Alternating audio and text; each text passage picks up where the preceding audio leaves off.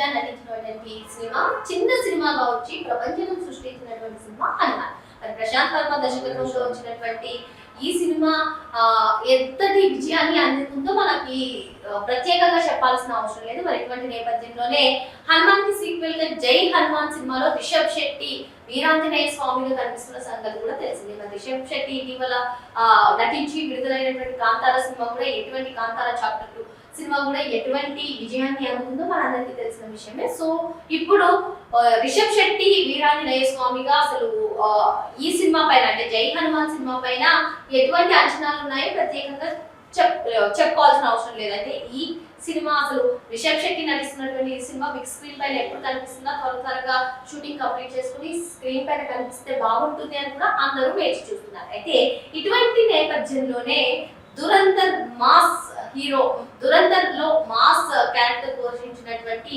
ఒక special role ఇటు జై హనుమాన్ సినిమాలో కూడా నటిస్తున్నారు అనే టాక్ కూడా వినిపిస్తుంది. ఇంతకీ ఎవరా అంటే దురంధర్ 1 లో అక్షయ్ ఖన్నా తనకు ఏ విధంగా ఇమేజ్ సంపాదించుకున్నారో మన అందరికీ తెలిసిందే. దురంధర్ 2 లో కూడా ఆయన పాత్ర ఎంత బలంగా ఉంటుందో కూడా తెలిసిందే.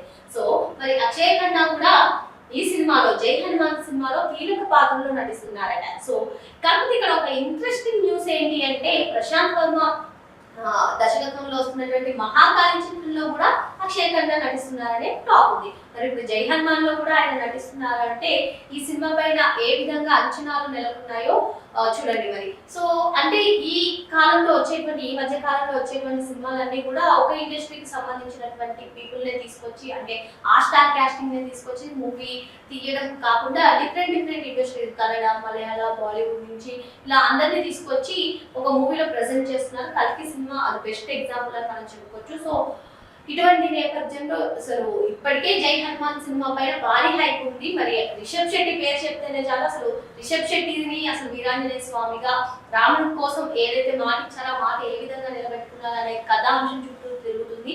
అసలు డివోషనల్ మూవీగా రానుంది అని చెప్పి ఈ మూవీ పైన ఎక్స్పెక్టేషన్స్ ఉన్న నేపథ్యంలో ఇప్పుడు దురంధర్ నటుడు అక్షయ్ ఖన్నా ఈ మూవీలో నటిస్తున్నారనేది కూడా ఈ సినిమాకి భారీ హైప్ నెలకొందని చెప్పుకోవచ్చు. మరి మూవీ టీం నుంచి అధికారిక ప్రకటన వచ్చే వరకు మనం ఏం మాట్లాడుకోలేము. మరో అంశంతో మళ్ళీ కలుద్దాం. Thank you.